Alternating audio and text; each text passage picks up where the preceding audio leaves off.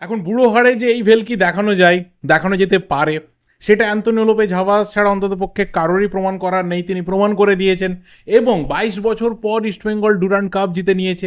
মোহনবাগানকে এই Durand cup ফাইনালে একদম পাড়ার লেভেলের ক্লাবের স্তরে নামিয়ে এনে 4-1 গোলে হারিয়েছে। আর সবচেয়ে বড় কথা যে মোহনবাগানের কাছে একটা সময়ের পর কোনো ক্লু ছিল না যে হাউ টু প্লে, কিভাবে উত্তর দেওয়া যেতে পারে, যে অন্ততপক্ষে ঘুরে দাঁড়ানো যেতে পারে। কোনো উত্তর ছিল না, কোনো ক্লু ছিল না। এবং সবথেকে বড় কথা যে ওয়ান সাইডেড যে ডমিনেশন হতে পারে, অতি বড় ইস্টবেঙ্গল সমর্থকও বোধহয় ভাবতে পারেনি যে এরকম একটা স্কোর লাইন হয়ে যাবে।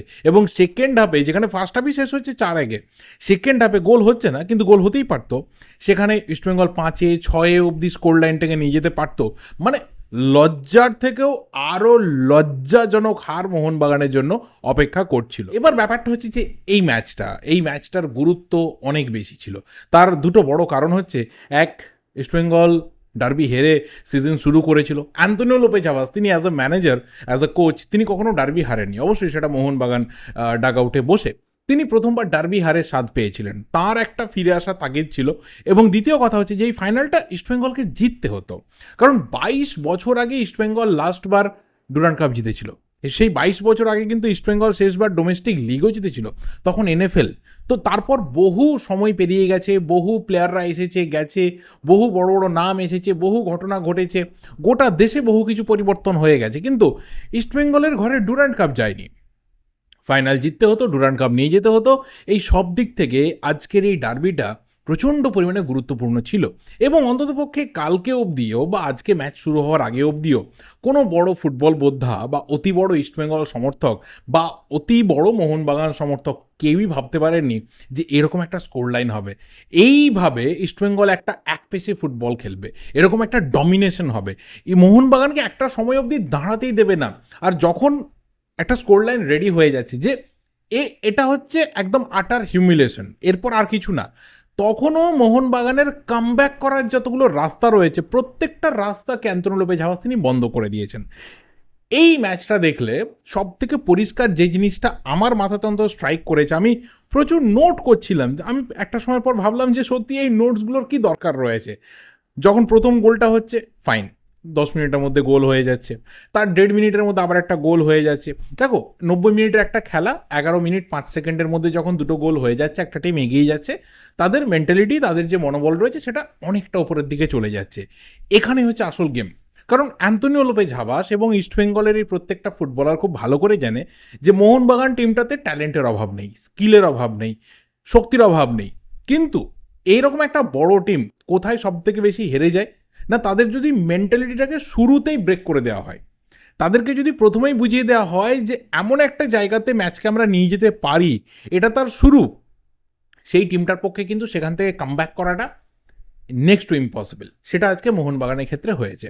এরকম না যে মোহনবাগান এই ম্যাচটাতে কামব্যাক করতে পারতো না, ইস্টবেঙ্গল মোহনবাগানকে কামব্যাক করার একটা সিঙ্গেল রাস্তা দেয়নি।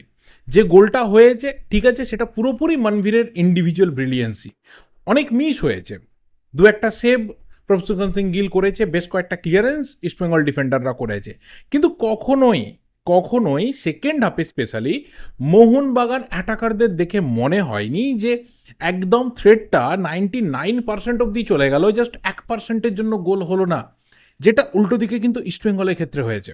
একদম খুব ক্লিয়ার শট বিশাল কাইত সেভ করেছে, আদারওয়াইজ এটা 5-1 হতে পারতো, 6-1ও হয়ে যেতে পারতো। এই যে একটা ক্যারেক্টার কোথাও ইস্টবেঙ্গল প্লেয়াররা শো করলো, অ্যান্তোনিও লোপেজ হাভাস টিমটার মধ্যে একটা অন্য মেন্টালিটি তিনি ইনজেক্ট করে দিয়েছেন, আজকে কিন্তু ম্যাচটার মধ্যে প্রমাণ হলো। দেখো, এতদিন অবধি মানে সিন্স 2014 আমরা যদি হাভাসকে রিড করি, তাহলে আমরা দেখব যে বারবার সবাই একটা কথা বলে যে হাভাস একজন ডিফেন্সিভ কোচ, তিনি কাউন্টার অ্যাটাক ফুটবলটা পছন্দ করেন, এমনকি তিনি পার্ক দ্য বাস, তিনি প্রচণ্ড পরিমাণে লো ব্লক ফুটবলকে খেলতে পছন্দ করেন। কিন্তু আজ বা বিশেষ করে এইবারের ইস্টবেঙ্গল টিমটাকে নিয়ে তিনি যে ধরনের অ্যাটাকিং ফুটবল খেলছেন, তিনি যেভাবে প্লেয়ারদের রোলগুলোকে, প্লেয়ারদের ক্যারেক্টারগুলোকে, প্লেয়ারদের থট প্রসেসগুলোকে তিনি চেঞ্জ করে দিচ্ছেন, তিনি ভেঙে গড়ে নতুন করে তৈরি করছেন পুরো টিমটাকে, আমি পার্সোনালি বিলিভ করতে শুরু করেছি যে ইস্টবেঙ্গলের সেই ভিন্টেজ টাইমটা আসতে চলেছে। এবার এখানে অবশ্যই অ্যান্তোনিও লোপেজ হাভাসের বেশ কয়েকটা সিজন ইস্টবেঙ্গলে থাকা দরকার রয়েছে। সেই পুরনো ইস্টবেঙ্গলের যে একটা গতিময়তা, যে প্রতি সিজনে ইস্টবেঙ্গল ভালো কিছু করবে, সেটাকে ধরে রাখার জন্য। না হলে তুমি ভাবো একটা সেম সিজনে জাস্ট কয়েকদিনের ব্যবধানে ইস্টবেঙ্গল ডুরান্ড কাপ ফাইনালে মোহনবাগানকে, আর্চ রাইভেলকে ডার্বিতে 4-1 গোলে হারাচ্ছে। এই ইস্টবেঙ্গল বিদেশি একটি ক্লাব, কুয়েতের ক্লাব, তাদেরকে 4-1 গোলে হারাচ্ছে। মানে শুধুমাত্র জেতা নয় যে ঠিক আছে 1-0 জিতলাম, খুব খুব স্ট্রাগল করে জিততে হয়েছে এই ধরনের খুব হাই ভোল্টেজ ম্যাচ। হ্যাঁ, যেগুলো হাই ভোল্টেজ ম্যাচ নয়, যেগুলো খুব ইজি ম্যাচ, সেখানে হয়তো ইস্টবেঙ্গল খুব ক্লোজ মার্জিনে জিতেছে বা গোল করতে পারেনি। কিন্তু যেটা প্রচণ্ড পরিমাণে হাই ভোল্টেজ ম্যাচ, মানে যেখানে মেন্টালিটি, যেখানে টেম্পারমেন্ট, যেখানে কোথাও নিজের পুরো সিস্টেমের কন্ট্রোলটাকে একদম রাখতে হয় পুরোপুরি নিজেদের আয়ত্তে, সেই ম্যাচ কিন্তু ইস্টবেঙ্গল হাই স্কোরে জিতছে। সেখানে ইস্টবেঙ্গলের ডমিনেশন, ওয়ান সাইডেড ডমিনেশন পরিষ্কার দেখতে পাওয়া যাচ্ছে। এই জায়গা থেকে কোথাও আমার মনে হয় যে হাবাস তিনি যেটা সবার আগে করেছেন, ক্যারেক্টারটা চেঞ্জ করেছেন এবং সেই ভিনটেজ ইস্টবেঙ্গলকে তিনি ফিরিয়ে এনেছেন। প্লেয়ারদের কথা যদি বলি, দেখো আজকে বিপিন স্টার্ট করেছিল পার্টিটা, এডমুন্ড পার্টিটা শেষ করেছে। মোহনবাগানের তরফে শুধুমাত্র মনভীরের কথা বলা যায়, বাকি আমি অন্তত পক্ষে জোর করে আর কারো কথা বলতে পারবো না। লিস্টনকে একটু বলা যেতে পারে যে কারোর মধ্যে সেই জেতার তাগিদরা, সেই বিরাট কিছু ভালো করার তাগিদরা ছিল। ইস্টবেঙ্গল প্লেয়ারদের যদি কথা বলি, তাহলে প্রথম জিনিসটা হাবাস করেছেন সেটা হচ্ছে ডিফেন্সিভ অর্গানাইজেশন। এতটা ডিসিপ্লিনড, এতটা ওরিয়েন্টেড, এতটা কম্প্যাক্টনেস, গ্যাপ না দেওয়া, স্পেস না দেওয়া, নিজেদের মধ্যে কমিউনিকেশন ঠিক রাখা, লাস্ট কবে আমরা দেখেছি? বহুদিন আমরা দেখিনি। এটা কিন্তু কন্টিনিউয়াসলি দেখছি, এরকম না যেটা ব্রুজোর টাইমে হতো, অস্কারের টাইমে হতো, যে কিছু ম্যাচ খুব ভালো তারপর হঠাৎ করে একটা ডাউনফল, আবার কিছু দু একটা ম্যাচ ভালো আবার ডাউনফল। হাবাসের ক্ষেত্রে এটা কনস্ট্যান্টলি চলছে। তার মানে বুঝতে পারা যায় যে একজন কোচ তিনি ঠিক কতটা ট্রেনিং গ্রাউন্ডে প্লেয়ারদেরকে নিয়ে খেটেছেন। নাম্বার 2, মাঝ মাঠের কন্ট্রোল। এবং বাসিম রশিদ ভাই, আমি আগের দিনই বলেছিলাম, মানে যেদিনকে চ্যাম্পিয়ন্স লিগ 2 এর ম্যাচটা হয়েছিল, ইস্টবেঙ্গলের আরবিএসসিকে হারিয়েছিল, সেদিনকেই বলেছিলাম যে ইন্ডিয়ান ফুটবলে, ইন্ডিয়ান ক্লাব ফুটবলে খেলা আপাতত সেরা মিডফিল্ডারের নাম হচ্ছে Mohammad Basim Rashid. What a man, what a character, as a captain, as a leader, as a performer. Seriously বলছি, একটা অন্য মানে ড্রিম টাইমে রয়েছে। গোল্ডেন পারফরমেন্সের মধ্যে রয়েছে, গোল্ডেন ফর্মের মধ্যে রয়েছে। আমি হয়তো আউট অফ ওয়ার্ডস হয়ে যাচ্ছি, হোয়াট এভার, বাট সিরিয়াসলি বলছি। এবং তারপর অ্যাটাক, সেখানে আজকে সব থেকে বড় মাস্টার স্ট্রোকের নাম হচ্ছে জয় গুপ্তা। দেখো এডমন্ড এবং বিপিন এই এই মানে ডিভাস্টেটিং ফুটবলটা এর আগে বিভিন্ন সময়ে খেলেছে, ওটাতে ওরা অভ্যস্ত। ওরা জানে যে আমি আমার টিমের লাস্ট ম্যান, আমাকে গোল করতে হবে। কিন্তু জয় গুপ্তা লেফট ব্যাক, তাকে আজকে লেফট উইঙ্গার করে দেওয়া হলো। নতুন রোলে হয়তো পেলাম, কারণ বিষ্ণু কবে আসবে ঠিক নেই। জয়গুপ্তা এখানে কিন্তু ওয়েল ফিট করতে পারে। আজকে হাবাস তিনি দেখিয়ে দিলেন। হাবাসের ক্ষেত্রে এর আগে দেখো তাকে নিয়ে নেগেটিভিটি কীরকম ছিল, যে তিনি উইঙ্গারদেরকে সাইড ব্যাক করে দিয়েছেন, যেমন মাইকেল সুসাইরাজ, যেমন মনবীর সিংকে সেন্টার ফরওয়ার্ড থেকে তিনি উইঙ্গার করে দিয়েছেন। তাকে নিয়ে এই ধরনের কথাবার্তা হতো। আজকে কিছুটা উলট ফুরান। আজকে দেখা গেল যে একজন লেফট ব্যাক, একজন কমপ্লিট ডিফেন্ডার, তাকে তিনি উইঙ্গার করে দিচ্ছেন। এবং সে শুধু উইংয়ে এসে মানে উৎপটাং উঠছে নামছে এরকম না, এমন কিছু ক্রস বাড়াচ্ছে, এমন কিছু থ্রু পাস রাখছে, এমন বল ডেলিভারি করছে যেটা ইস্টবেঙ্গলের রেগুলার লেফট উইঙ্গাররা এতদিন অবধি করেনি। So this is the change. মানে এই চেঞ্জটাকে তুমি ফুটবলের ভাষায় কিভাবে ব্যাখ্যা করবে, সিরিয়াসলি আমি জানি না। দেখো আজকে যখন ম্যাচটা চলছে, একজন ইস্টবেঙ্গল ফ্যান সে একটা অন্য মুডে খেলা দেখতে বসছে, একজন মোহনবাগান ফ্যান সে একটা স্যাড মুডে খেলা দেখতে বসছে। কিন্তু যখন আমার পার্সোনাল জায়গা থেকে এই স্যাড বা হ্যাপি মুডটা নেই, আমার কাছে কোথাও ফুটবলটাকে উপভোগ করতে হবে, ম্যাচটাকে বুঝতে হবে যে কোথায় ঠিক হলো ভুল হলো, তখন এই ছোটো ছোটো বিষয়গুলোকে নোটিস করাটা খুব ইজি হয়ে যায়। এবং তার সাথে আলাদা করে অবশ্যই বলতে হবে হার্দিক ভাটের কথা। হার্দিক কিন্তু খুব বেশি ওঠেনি। হার্দিক যে বিরাট কিছু রাইট উইং ব্যাক হিসেবে এসেছে, অ্যাটাকে জয়েন করেছেন না, কিন্তু ডিফেন্সটাকে এত কম্প্যাক্ট রেখেছে, এত কন্ট্রোলড রেখেছে। হয়তো বারবার করে আনোয়ারের দিকে ক্যামেরা যাচ্ছিল, আনোয়ার ক্লিয়ার করছিল, আনোয়ারকে নিয়ে কমেন্টেটাররাও বলছিল, আমি বাংলা আর ইংরেজি দুটো কমেন্ট্রি ঘুরিয়ে ফিরিয়ে দেখছিলাম, আনোয়ার ওয়াজ প্রেজড আ লট। কিন্তু লালচুং নুঙ্গা ওয়াজ আ সাইলেন্ট পারফর্মার টুডে। লালচুং নুঙ্গা যেভাবে আনোয়ারকে কাভার করেছে, আজকে আমি একবারও কোনো কমেন্ট্রিতে সেটা শুনিনি। Zero mistake.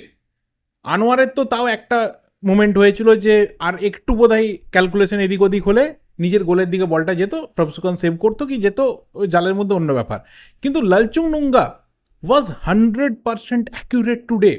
একটা সিঙ্গেল মিস্টেক খুঁজে পাবে না, একটা সিঙ্গেল মিস পজিশন খুঁজে পাবে না, একটা মিস পাস খুঁজে পাবে না। So these are the things যেগুলো আজকে ইস্টবেঙ্গলের ক্ষেত্রে একদম পয়েন্ট টু পয়েন্ট ক্লিক করে গেছে। যদি মোহনবাগানের কনসার্নিং জায়গা বলি তাহলে অবশ্যই পানোস এবং তার স্ট্র্যাটেজিক্যাল ব্লান্ডার। অন্ততপক্ষে তিনি এই ধরনের চাপের ম্যাচে যদি এরকম স্ট্র্যাটেজিক্যাল ব্লান্ডার করেন তাহলে আইএসএলে কিন্তু মোহনবাগানের কপালে দুঃখ রয়েছে। আমি আজকেই বলে দিতে পারি, আজকে একদম ডুরান্ড ফাইনাল হচ্ছে, একটা লম্বা বিরতি রয়েছে, প্রায় 50-52 দিন পর আইএসএল শুরু হবে। তো সেখানে হয়তো অনেক কিছু চেঞ্জেস আসবে, নতুন প্লেয়াররা আসবে, এটসেট্রা বাগেরা বাগেরা অনেক কিছু হবে। কিন্তু যদি এই ধরনের স্ট্র্যাটেজিক্যাল ব্লান্ডার তিনি করেন, যে ফাইনাল ম্যাচে টিমের বেস্ট পারফর্মারকে বসিয়ে দেওয়া বা প্রয়োজন মতো পরিবর্তন না করা, উল্টোপাল্টা টাইমিং, উল্টোপাল্টা পরিবর্তন, আননেসেসারি যে স্ট্রাইকার খেলতে পারছে না তাকে বয়ে বেড়ানো, এটা যদি হয়, মানে স্ট্র্যাটেজিক্যাল ব্লান্ডার তিনি যদি করেন, তাহলে মোহনবাগানের কপালে আইএসএলে দুঃখ রয়েছে। ইস্টবেঙ্গলের ক্ষেত্রে সবথেকে বড় পজিটিভ দিক হচ্ছে টিমের ইউনিটি, এবং সবথেকে বড় কথা যে কোচের যে টেম্পারমেন্ট রয়েছে, কোচের যে কোথাও একটা অন্য লেভেলের মানসিকতা রয়েছে, সেটা প্লেয়ারদের মধ্যে ছড়িয়ে গেছে। এই টিমটাতে, ইস্টবেঙ্গল টিমটাতে অ্যান্থনি লোপেজ হাবাস খুব ভালো করে জানেন যে প্রচুর প্লেয়ার চোটের জন্য নেই। বিদেশি প্লেয়ার তারা ফুল ফিট নয়, ফুল ফর্মে নেই। অর্থাৎ তার শক্তি বেস্ট যেটা স্টার্টিং 11 নামছে সেটা, এবং বেঞ্চে থাকা 2-1 প্লেয়ার, সেটা নিয়ে যে তিনি বাজিমাত করতে পারেন, সেখানে বুঝতে পারা যায় যে টিমের মধ্যে ইউনিটি কোন লেভেলে রয়েছে, প্লেয়াররা নিজেদের 100% দেওয়ার ঠিক কোন জায়গাতে রয়েছে, কতটা তারা ডিসিপ্লিনড, কতটা তারা ডিটারমাইন্ড, এবং তাদের ডেডিকেশনটা কোন জায়গাতে রয়েছে। এবং এই ধরনের ম্যাচ কিন্তু বারবার হবে না, এরকম এক পেসে ম্যাচ সবসময় হবে না, কিন্তু যখনই হবে তখন একটা টিমের কিন্তু মনোবল ভালো জায়গাতে থাকবে। আর অন্ততপক্ষে ইস্টবেঙ্গলের এই পারফরমেন্স দেখে টিল নাও যতগুলো ম্যাচ ইস্টবেঙ্গল খেললো, গ্রুপ স্টেজে 3টে ম্যাচ, তারপরে 3টে ম্যাচ, মাঝখানে চ্যাম্পিয়ন্স লিগ 2 এর একটা ম্যাচ, এই 7টা ম্যাচ দেখার পর অন্ততপক্ষে ইস্টবেঙ্গলকে আইএসএলের ওয়ান অফ দ্য ফেভারিট তোমাকে ধরতেই হবে। চ্যাম্পিয়নশিপ ডিফেন্ড করার জন্য ইস্টবেঙ্গল উইল গো হার্ড। এত ইজি হবে না ইস্টবেঙ্গলকে 90 মিনিটসের মধ্যে বিট করা, সেটা হাবাসের কোচিংয়ে যে কোনো টিমকেই হার্ড মানে টাইম হয়ে যায় বিট করা। এবং তার সাথে অবশ্যই এএফসি চ্যাম্পিয়ন্স লিগ 2, যেখানে তুলনামূলক বাকি গ্রুপগুলোর থেকে একটু হলেও সুবিধাজনক গ্রুপে ইস্টবেঙ্গল রয়েছে, সেখানে মাচ বেটার ইস্টবেঙ্গল কিছু করবে, এইটুকু এক্সপেকটেশন অন্ততপক্ষে আজকে ডার্বিতে যে ক্যারেক্টার ইস্টবেঙ্গল প্লেয়াররা শো করেছে সেই নিরিখে আমি অন্তত বলতে পারি। এবার অলরেডি আমরা জানি যে একজন সেন্টার ব্যাক সিলেক্টেড হয়েছে, আরও কিছু প্লেয়ার ডোমেস্টিক এবং ফরেন ইস্টবেঙ্গলের দরকার রয়েছে। সেটা হয়ে যাওয়ার পর, মানে হাবাসের হাতে আরও অস্ত্র তুলে দেওয়ার পর, এই টিমটা সিরিয়াসলি একটা অপ্রতিরোধ্য জায়গাতে যাবে। এবং ইস্টবেঙ্গল সমর্থকদের জন্য এই যে 22 বছরের 2টো ট্রফির প্রতীক্ষা 1 বছরে শেষ হলো, এরপর বহু ট্রফি কিন্তু লাইন দিয়ে ঢুকবে, অন্ততপক্ষে আমার পার্সোনালি এটা ফিল হচ্ছে। বাকি তোমরা কেমন ম্যাচ এনজয় করলে, ম্যাচ দেখে ভালো লাগা খারাপ লাগা সব কিছু অবশ্যই শেয়ার করতে থাকো। ভিডিওটা ভালো লাগলে লাইক করো, দেখা হবে পরের ভিডিওতে। টিল দেন, যদি চ্যানেলটা নতুন হও অবশ্যই চ্যানেলটা সাবস্ক্রাইব করে বেল নোটিফিকেশন আইকনটা ক্লিক করে যাও। Thank you, good bye and good night.